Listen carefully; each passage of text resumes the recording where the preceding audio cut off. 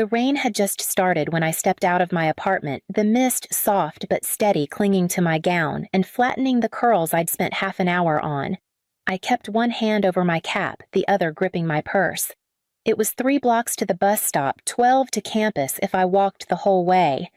I didn't check the bus schedule. I didn't need another disappointment today. As I turned the corner near Walnut Street, a silver Tesla glided past. For a second, I thought it might be them, but no, the license plate didn't match. My phone buzzed. I already knew what it was. I stopped under a tree and checked the screen, a photo of Caleb in front of his new car, one arm flung over the roof, the other holding up his key fob like a trophy. White exterior, black rims, red bow, caption from Mom. Our boy earned it. Right below it, a message from Dad. Walk there, we're buying your brother a Tesla. I stood frozen while a jogger brushed past, casting a curious glance at my soaked gown. I didn't feel the cold. I didn't feel much of anything.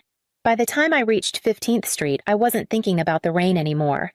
I was thinking about birthdays they forgot, college forms I signed alone, and the way Dad always said I was low maintenance like it was a compliment. I remembered how Mom once said I was lucky to be so independent right after she missed my debate finals for Caleb's dentist appointment. The walk felt longer than it should have. Or maybe it just always feels that way when no one's waiting at the finish line. Campus came into view through the fog. Somewhere behind the tall brick buildings, graduates were gathering families, taking pictures, people who had someone driving them there. I kept walking, adjusting the tassel that had already started to droop from the damp. I'd made it this far without anyone holding my hand. I didn't expect them to start now. When I was 9, I won the district spelling bee. My name was in the school newsletter, and I came home with a trophy almost as tall as my backpack. That same weekend, Caleb scored a goal in his under-6 soccer game, a goal against his own team, but a goal nonetheless. My parents brought cupcakes to his next practice. My trophy gathered dust on the kitchen counter until someone moved it to the garage shelf. They said I was the reliable one, the quiet achiever, the daughter who didn't cause trouble. I used to think that was a good thing. By 13, I understood how it worked. If Caleb brought home a B-, we ordered pizza. If I brought home straight A's, Dad gave a nod. That's what we expect from you, Lena. I started hiding my report cards just to see if anyone would notice. They didn't. On my 16th birthday, I got a recycled shopping bag with a thrift store sweater and a brochure for a used car lot. We'll help you when you're ready, Mom said. When Caleb turned 16, they rented out a rec center, hired a DJ, and handed him keys to a used BMW low-mileage leather seats. Still had that new car smell. I got my first job the following summer, saving every shift to pay insurance on the old Honda I eventually bought myself. Caleb never worked a day in high school. When he started college, they covered tuition rent and a monthly living stipend that exceeded my entire scholarship budget. Still, I told myself it didn't matter. I told myself I was stronger for it, more independent, more capable. That's what people always say, isn't it? That you're resilient when no one shows up for you, that you're mature when you stop asking for help. But even the strongest child gets tired of clapping alone. That thought lingered as I stepped onto campus, wiping the rain from my sleeves. A cluster of students stood under a white tent, laughing with parents who held cameras and coffee cups. I spotted my roommate Noah waving in the distance, but not my parents. 3 weeks before graduation, I called home. The Toyota had started making a hollow knocking sound every time I hit 35, and the mechanic said something vague but expensive about the transmission. I didn't ask them for a new car. I just said carefully I might need help getting to the ceremony. It's across town, and I don't think the car'll make it. There was a pause. I could hear Dad typing in the background. Can't one of your roommates drive you? They're all graduating too, I said. We have to be there early for lineup. We'll figure something out, Mom chimed in. By the way, did we tell you Caleb made Dean's List this semester? I didn't respond right away. Caleb's major was communications. The GPA cutoff for Dean's List there was barely above a C+. He's been working so hard, she added. Honestly, we're thinking about doing something special for him. He's been under so much pressure with fraternity life and everything. I almost laughed, but it came out dry in my throat. The next time I stopped by the house to grab the last box of winter clothes from the basement, I came in through the side door. They didn't hear me. From the kitchen, their voices floated down the hallway. The dealership said they could get it delivered by Friday. Dad said. Just in time. Oh, and we'll park it near the ceremony entrance. Everyone will see it when we walk in. I froze. It'll be perfect, Mom said. Caleb in his suit, the white Tesla that bow. People will think he's the graduate. I didn't realize I'd made a sound until they turned and saw me in the doorway. My father cleared his throat. Hey, Lena, we didn't know you were here. I just nodded. I came for my box. Neither of them mentioned the car. Neither asked if I needed help getting to graduation. As I loaded my things into the trunk, I stared at the peeling bumper, the back seat with a tear in the fabric, the rattle that grew louder with each mile. Then I closed the lid and told myself again that I was used to this. Used to showing up alone. Used to not being part of the plan. The morning mist hadn't lifted by the time I stepped outside. My gown clung to my legs as I walked, and the navy dress underneath was already damp at the hem. A breeze tugged at my cap, and I pressed it down with one hand, the other clutching the strap of my tote. My shoes slapped against the wet pavement.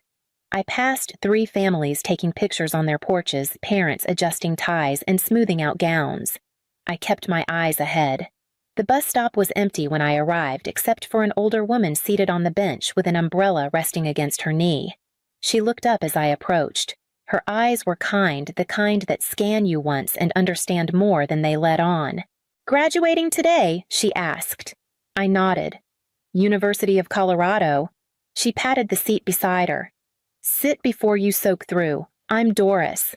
I hesitated, then joined her under the wide arc of her umbrella. Lena. Family meeting you there? She asked, as if the answer wasn't already obvious. I hesitated. They're coming later. I had to get there early for lineup. Doris didn't press. Instead, she chuckled softly. I took the bus to my graduation too. Nursing school, 1963. My parents were at my brother's baseball tournament. She paused. They sent a telegram afterward, missed my name being called. I didn't know what to say. She just looked ahead. You learn not to need applause, she added, but it still would have been nice to hear it. The bus groaned to a stop in front of us. The driver, a man with salt and pepper hair and a warm smile, looked down at my gown and waved me on. No fare today, he said. Congratulations. Inside, a woman in scrubs stood and offered me her seat. Another passenger, a teenager with earbuds, gave me a quick thumbs up. I mumbled thanks and sat down cradling my tote in my lap. The small kindnesses hit harder than I expected. Doris settled across from me, umbrella now folded neatly in her lap. As the bus rumbled toward campus, my phone buzzed. A text from Caleb Tesla is amazing. Driving everyone to your thing now. Can't wait for people to see it. I turned the phone off and slipped it into my bag. The driver turned onto Broadway.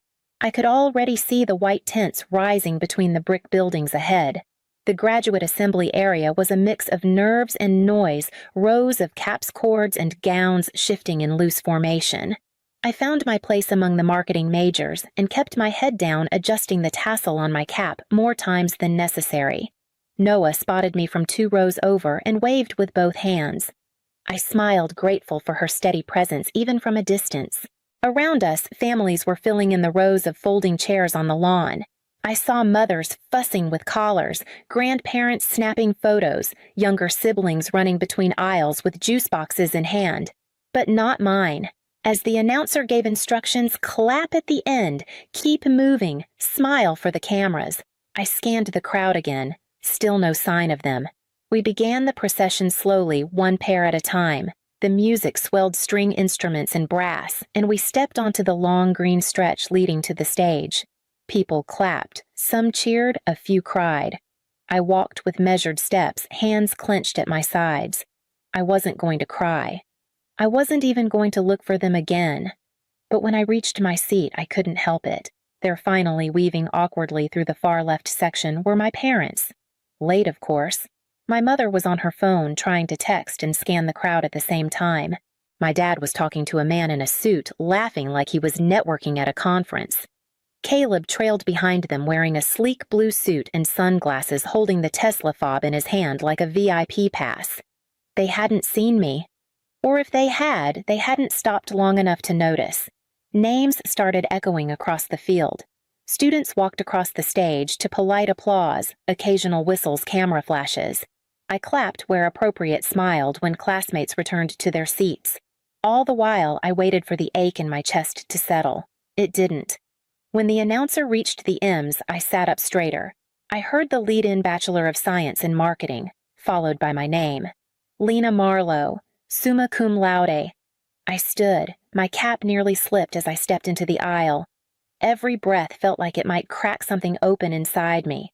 Then, from the very back of the seating area, a sound pierced through the polite murmur of the crowd, sharp, clear, and unmistakably proud. A cheer. Not a small one, not a single voice. A full, joyful yell. I turned my head. At the edge of the crowd near the overflow seating stood June, waving both arms in the air. Noah held up one end of a large yellow banner that read in bold letters, "We see you, Lena." Next to them were Thomas and Kayla from the library clapping like I'd just won the Pulitzer. Kayla had even brought a balloon now bouncing against her shoulder in the wind. I felt the tears immediately hot, fast, unstoppable. Not the kind that sting with sadness. The kind that say, finally. I walked across the stage and shook the dean's hand, gripping the diploma like it was something I'd carved from stone. When I turned back toward the seats, I found them again my people, my real cheering section. And just past them, I saw my parents. Mom was frozen mid-text, staring. Dad had one hand shielding his eyes from the sun, scanning the noise. Caleb stood still, frowning slightly. For once, none of them were the center of attention. And it showed. I walked back to my seat with my head high, my vision still wet, but my back straight. My diploma in one hand and something steadier settling inside me. Because for the first time in a very long time, I hadn't needed them to see me. Someone already had. The courtyard was swarming families with flowers, professors in heavy robes, cameras flashing like a red carpet. I weaved through the clusters until I spotted June near a tree. The banner now folded neatly under her arm, her other hand wrapped around a paper cup of tea. "You did it," she said, pulling me into a hug. "And you were luminous up there." Before I could reply, I felt a tap on my shoulder. "There you are," Mom said brightly, as if we'd simply lost each other in the crowd.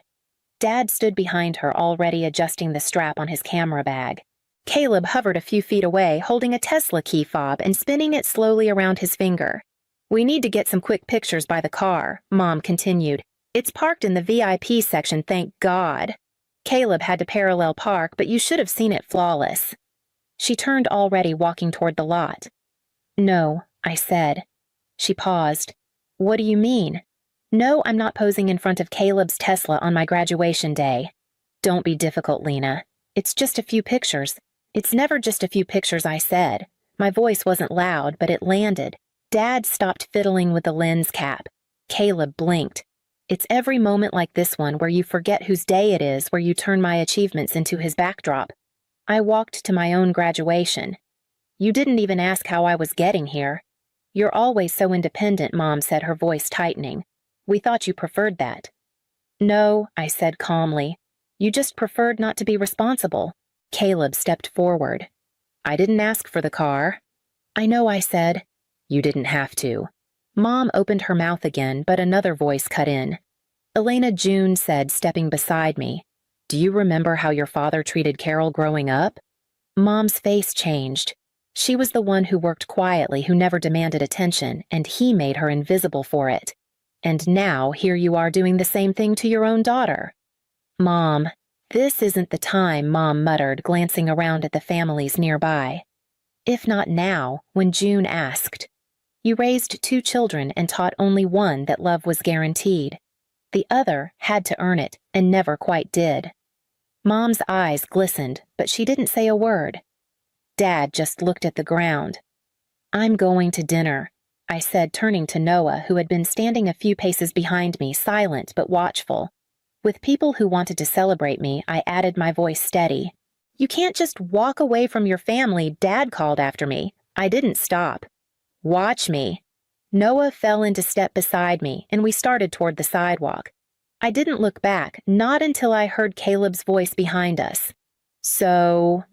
"We're not doing Tesla pics?" he asked, genuinely confused. The absurdity hit me all at once, how utterly detached they were from everything real, how even now they couldn't read the moment. I laughed. A short, sharp, startled kind of laugh that surprised even me. It wasn't bitterness. It wasn't joy either. Just something honest breaking loose after years of holding everything in. I kept walking, arm-looped through Noah's, feeling the sound linger behind me like a door closing. They knocked around 10. I almost didn't answer. Noah had offered to stay, but I told her I needed to do this alone. I opened the door to find both of them standing there, Mom still in her heels, Dad holding a takeout bag like an awkward peace offering. "We need to talk," Dad said, stepping inside before I could say yes or no. I let them in. We sat in the living room, the same second-hand couch they'd always turned their noses up at. "We didn't mean to upset you," Mom started, "but your behavior today," I cut her off with a shoebox. I placed it on the coffee table and opened the lid. Inside birthday cards, printed emails, a few faded photos. I pulled out a card from my 16th birthday. No note, just a $20 bill and Dad's initials. I laid it next to a framed photo of Caleb at 16 surrounded by balloons holding keys to a used BMW. Next, my college acceptance letter with no reply. Then, an old bank receipt my account with $142 during sophomore year. I placed it beside a screenshot of Mom's text, just sent Caleb his monthly allowance. He says it's still not enough for gas and groceries. They stared in silence. "I didn't keep these to be petty," I said. I kept them to remind myself I wasn't imagining it. They said nothing. Then a voice from the hallway. "Seriously, Caleb." He stood by the door, having heard enough. He looked at the table, then at me. "I knew it was different," he said quietly. "But I didn't know it was this." Before I could respond, another knock. I opened the door to June, holding a plastic grocery bag and a look that meant business. "I thought you might need backup," she said, stepping inside without waiting. She looked around, saw the evidence laid bare, and nodded. "Well," she said, setting the bag down beside me, "it's about time they looked at the full picture." The apartment was mostly boxes and echoes by the time they arrived. Mom brought sandwiches, Dad brought tape, and Caleb brought silence. We packed in near quiet, broken only by the sound of cardboard folding and drawer handles rattling. It wasn't comfortable, but it wasn't fake either. Maybe that was something. Dad offered to load the heavier things into his SUV. "You sure you want to take that bookshelf?" he asked. "It's pretty beat up." "I built it myself sophomore year," I said. "I'm taking it." He nodded and didn't argue. Caleb lingered near the kitchen. Just before we left, he handed me a small cardboard box. I found this in the basement. Don't know why I kept it. Inside was my science fair medal from 4th grade, the one they missed because of his ear infection. It was still on the frayed red ribbon, the bronze dulled, but intact. "You should have had that," he said, eyes down. "Back then." I didn't say thank you. I just took it and slipped it into my bag. When everything was loaded, we stood awkwardly in the living room. No hugs, no promises, just a vague sense that something had shifted. They left first. June stayed behind to ride with me. As we pulled away from the curb, my phone buzzed.